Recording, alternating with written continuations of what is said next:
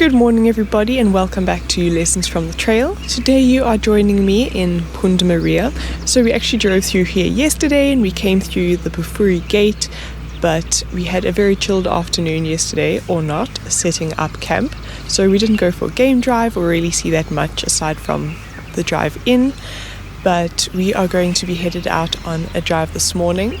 So let's see what we can find.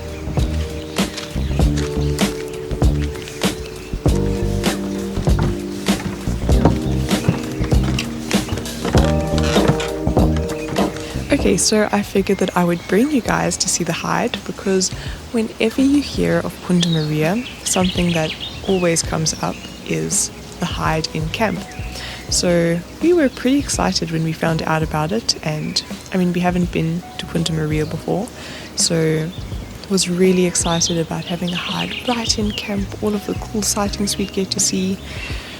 But unfortunately yesterday when we came to check it out, we discovered that there is absolutely no water in the little dam. So aside from a few little birds fluttering around, there really isn't anything going on, sadly. So yeah, that's a bit disappointing. But anyway, maybe we'll still have some cool sightings, let's see.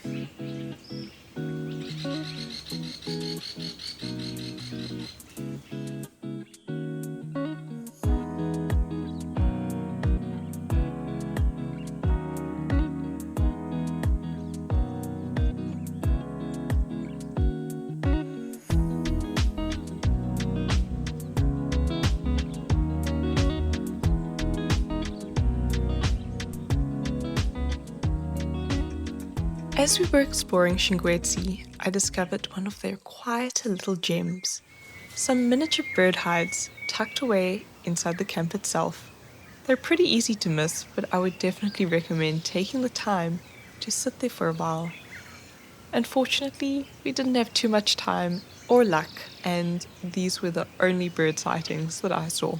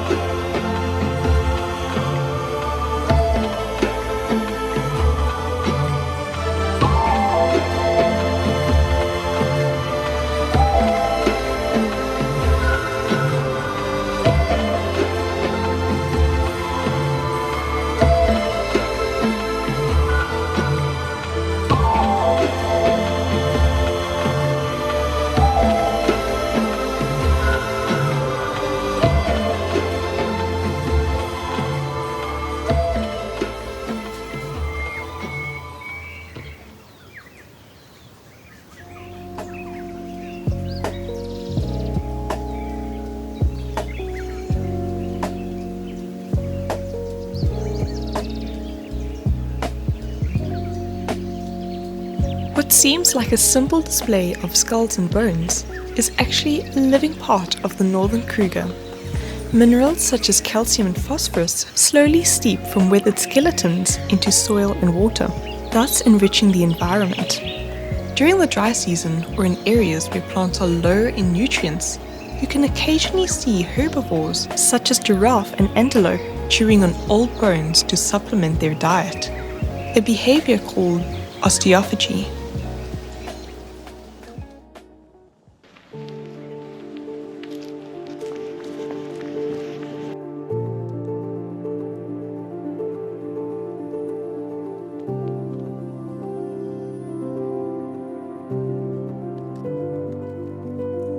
Okay, so we got back to camp after a full day of driving and it was fun, it was good. We didn't have any crazy sightings, but we did see a lot of lilac-breasted rollers, a lot of elephant and a lot of zebra. So that was pretty cool. But I figured that it is time to stretch the legs. So I came to check out the Flycatcher Trail, which is situated along the ridge line behind the reception and the camp. Here's what I saw. Beautiful female kudu standing right over there. Just another day in Africa.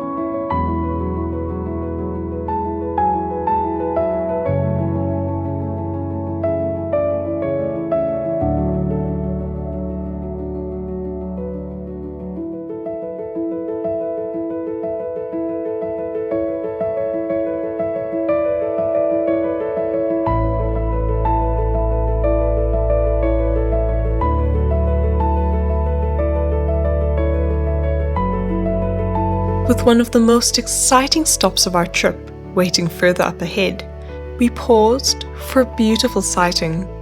Vultures riding the thermals high above the veld. I'm leaning towards these being white-backed vultures, but let me know what you think in the comments. Cape vultures or white-backed?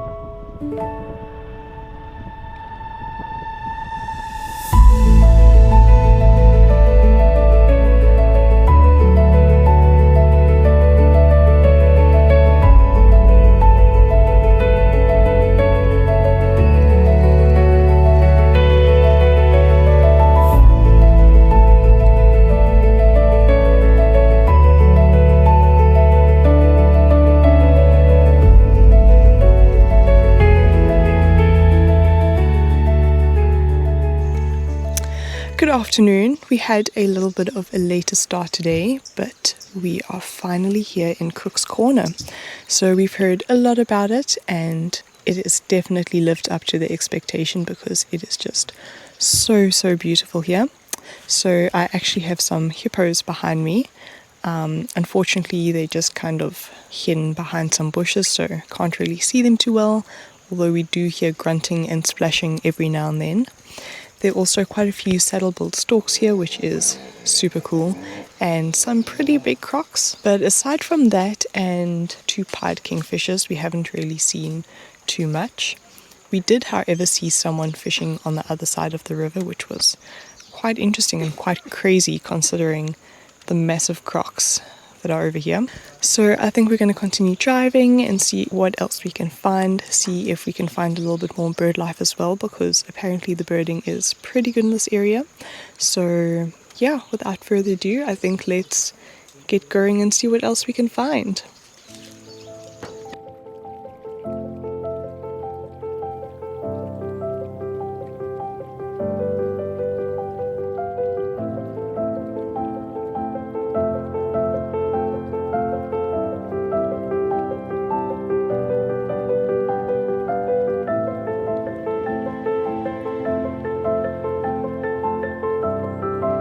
Crook's Corner, the confluence of the Limpopo and Luvuvu rivers, where South Africa, Zimbabwe, and Mozambique meet.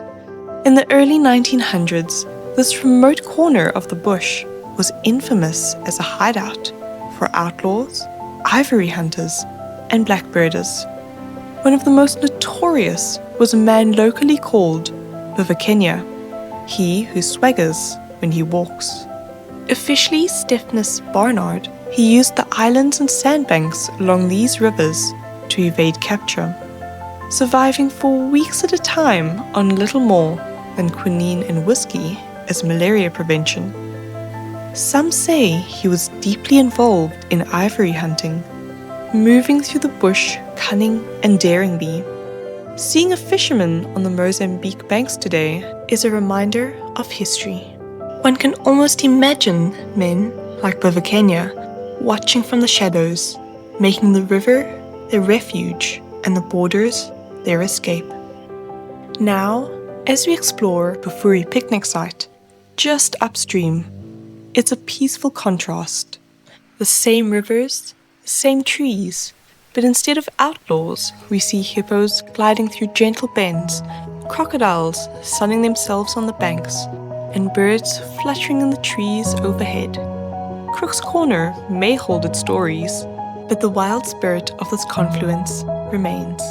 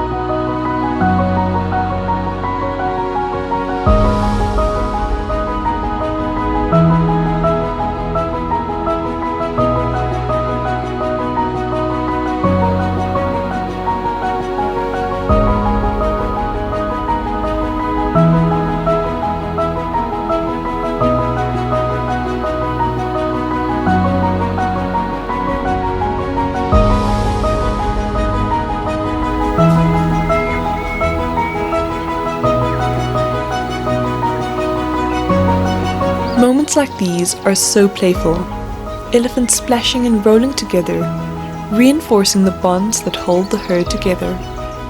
But, beneath it all, the mud settles into a protective layer, guarding their skin from the sun and easing the constant irritation of insects. It's connection, fun, and survival, all merged into one.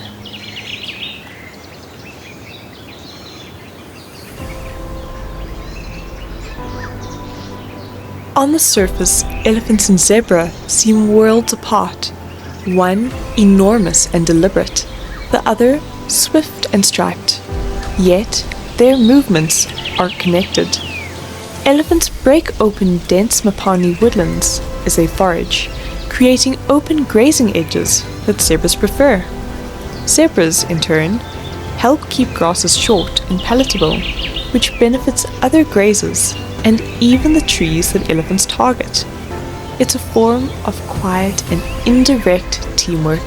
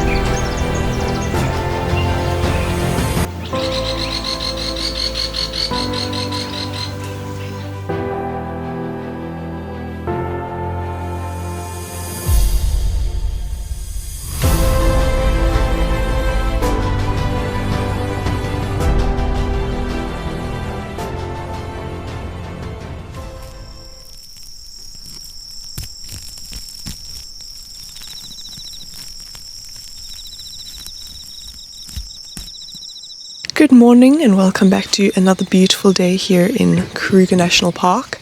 So after 2 consecutive days of driving for the full day, we have decided to take a little bit of a more relaxed day today and go for a drive this morning, perhaps try one of the loops in the area surrounding Punda Maria, come back to camp and chill a little bit, and then this afternoon go for a nice drive again. So I think it'll be a nice break, but looking forward to it. And something that I wanted to mention is if you're looking at staying here at Punda Maria, I wouldn't vouch on having electricity because there don't really seem to be enough electricity points in proportion to the number of campsites. So that was quite an issue when we arrived, and the only reason we actually have electricity right now is due to our neighbors allowing us to connect onto their lead. But yeah, there does seem to be quite a problem here. So I would also look at bringing a very long hose pipe because the number of taps also seems to be a bit of an issue. So we don't have any connection to water. There is always the Lapa area, there are taps around there that one can get water from, but unless you're camping fairly close to one of the few taps, I would also vouch on not having free access to water. And then the third thing is that at the moment, hopefully it'll be sorted out soon, there's also a little bit of an issue with filling up because at the fuel station there is no signal. So filling up here at the moment is quite a schlep because firstly you have to go to the fuel station and get a quote for fuel, and then after that you have to go all the way back up to reception to go pay for it. But the time it takes to fill up is really dependent, considering the whole process, on how busy it is, because the other day we sat for probably almost an hour, and it also depends on how busy the reception is. So filling up is not a quick process here, and yeah, so that's quite a time consuming ordeal, which is a little bit frustrating to be honest, but I'm not sure how long it'll take to get sorted out, but just know that that is what the situation is here at current. But anyway, without further ado, I think that we should start hitting the road and seeing what we can find.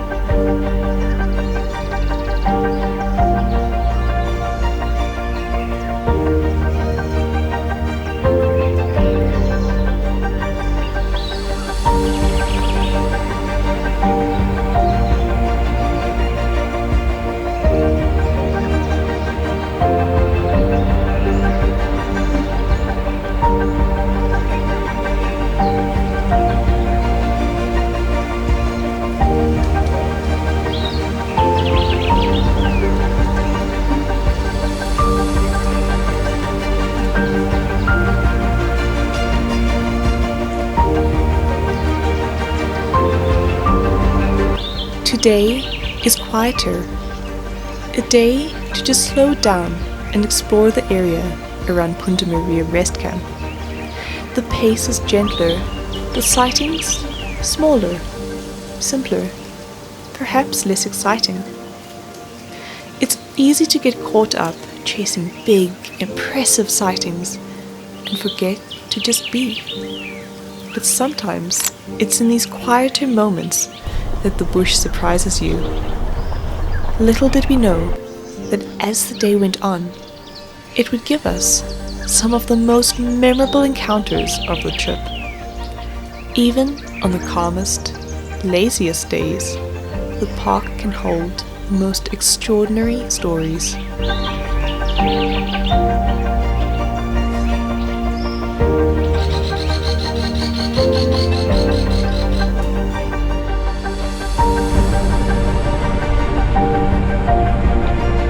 Red-billed woodhoopus aren't just beautiful, they're full of personality.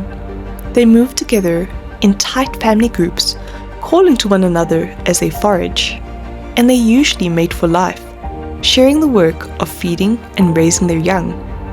It's a simple reminder that strong bonds can be just as important as survival. The behavior you're seeing here is called rutting.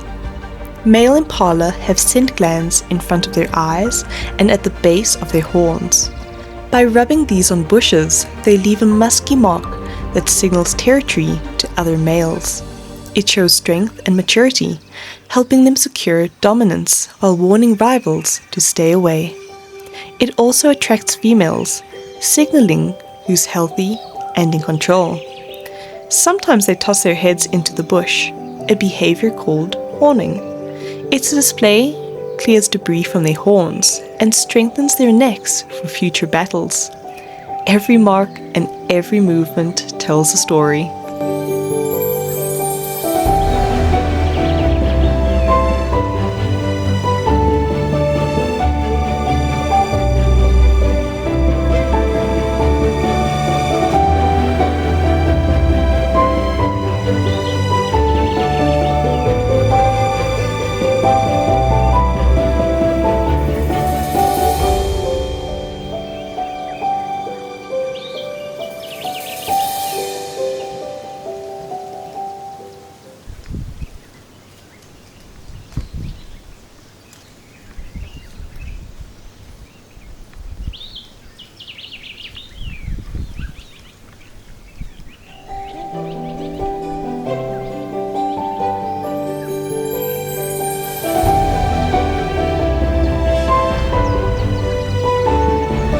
I turned my back for a few moments to photograph the hornbills, and some mischievous little critters decided to take advantage of the situation.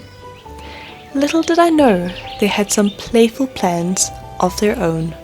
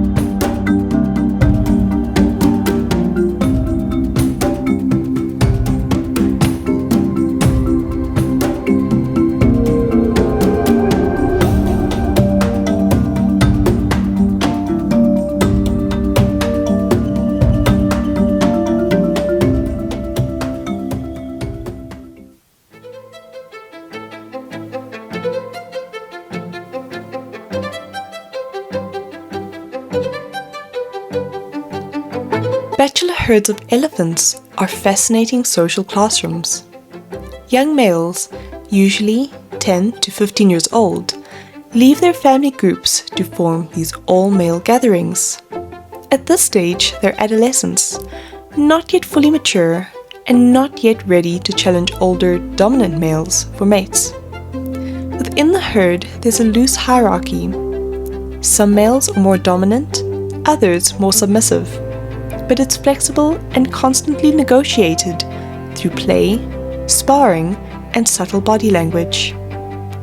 These interactions teach young males vital social skills: how to assess strength, resolve conflicts safely, and practice behaviors they'll need as adults, like showing dominance without unnecessary risk and reading the signals of other males.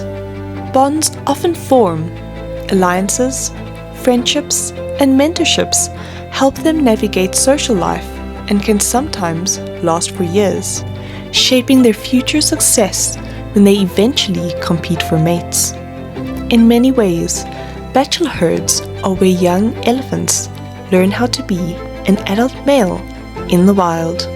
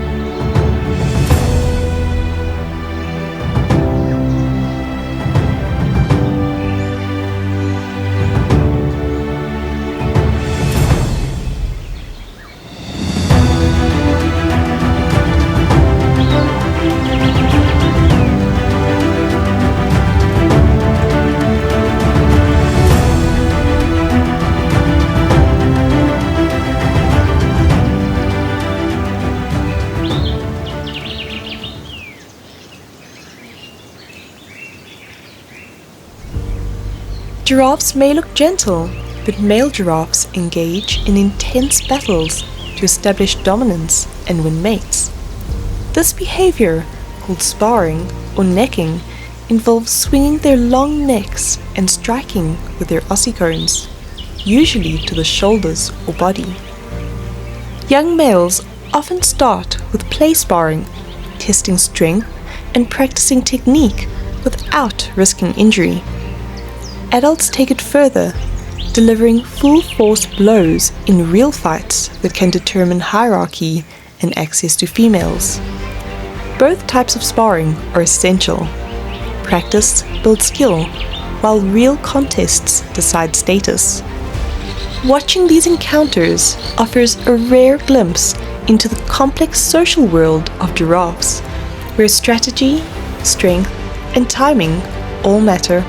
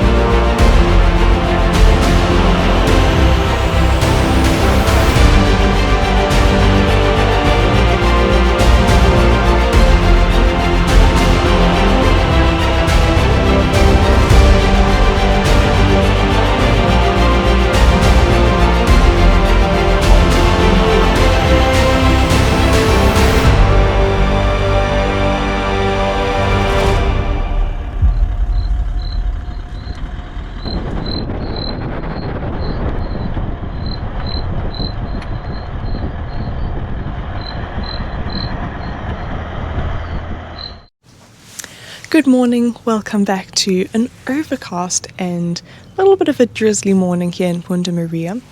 So it is actually our final full day here because tomorrow we head back home. But yeah, I think we're going to head over to Xingwetsi today. Unfortunately, one of our party members is a little bit sick at the moment and feeling a bit miserable. So that's not super pleasant and definitely not an early start to the day, but I'm hoping that nevertheless we have some good sightings. So yesterday we had some pretty cool sightings, which was really awesome.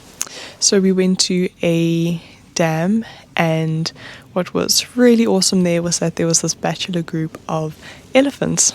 And it was just so cool to see the different interactions between them and the affection. And honestly, it was really hard knowing where to film because there was just so much happening all at once. You're filming something on one side and the elephants on the other side are doing something just as amusing or interesting. And then on the way back to camp, we had 2 young male giraffe sparring, which was also pretty cool. Like the sound of them hitting each other was quite something, so that was pretty cool. And then on another note, our entire stay here we haven't seen any hyena, which is pretty uncharacteristic actually.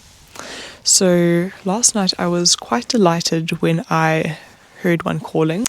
That was pretty awesome. So glad to know that there actually are some around here. And something to keep an eye out for are the bush babies because they are just so cute. Yeah, I came up to the dam despite the fact that there hasn't been basically any activity here for the last few days. I came up and I was trying to pick up eyeshine. I did manage to pick up the eyeshine of some creature.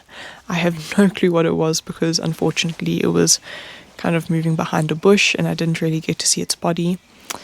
But what was also quite nice was that there was an elephant herd moving through the bush, and although the torch's beam didn't quite reach far enough to see them, we could hear them breaking branches and walking, so that was pretty awesome. But But anyway, without further ado, I think it is time to hit the road and see what today has to offer.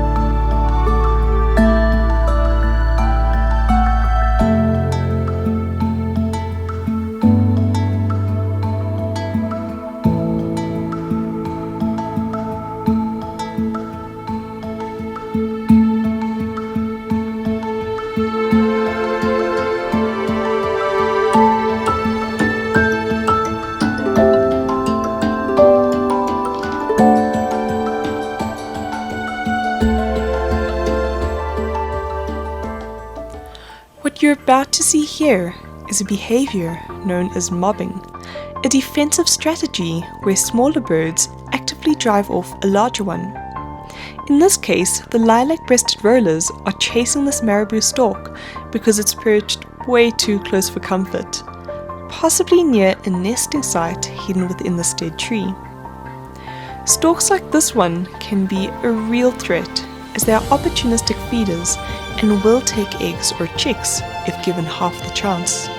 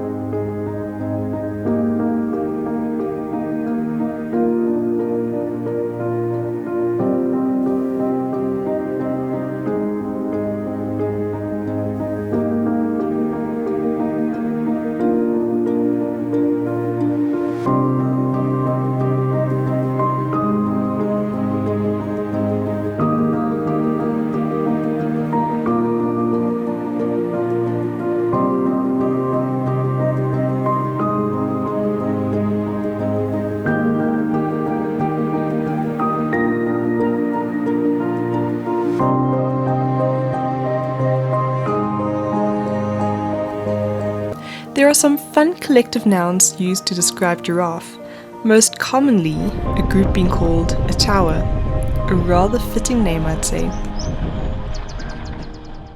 As the herd moves towards water, the matriarch leads the way, drawing on experience of safe routes and reliable water sources across the landscape. The group travels in a loose formation, guided by shared awareness and subtle cues like rumbling and body movement rather than strict direction. The calves stay protected in the center of the herd, while younger females act as allo mothers, helping guide and support them as they move. It's a cooperative system built on memory, communication, and experience.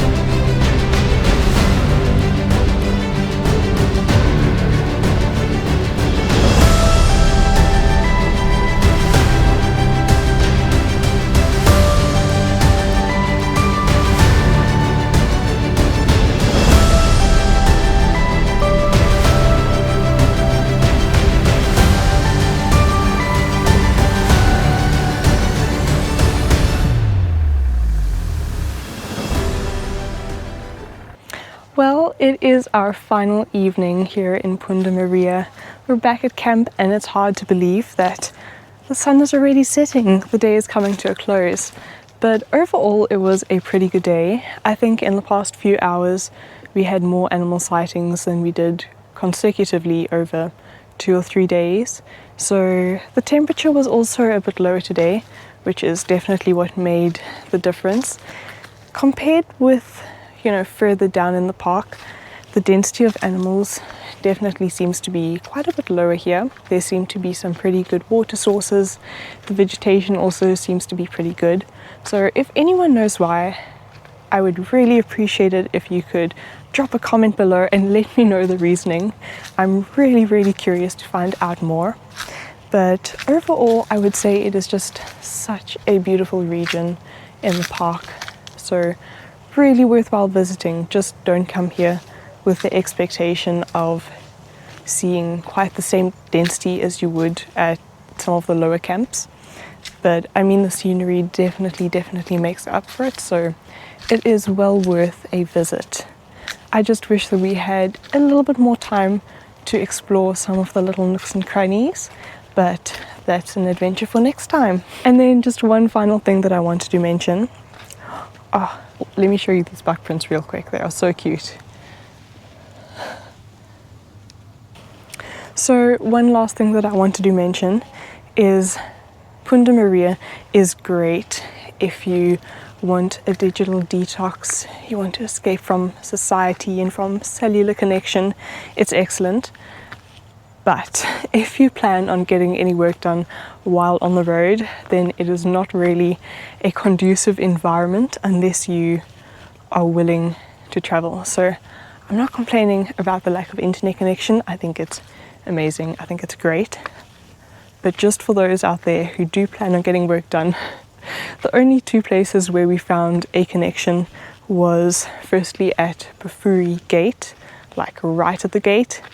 And then at Chingwezi, you can also get a bit of a signal, not super strong, not throughout the whole camp, but if you do need to get stuff done, you can get a signal there. So just some things to bear in mind. But I think I'm going to continue on my walk and enjoy my final evening here. Thank you for joining me on this adventure.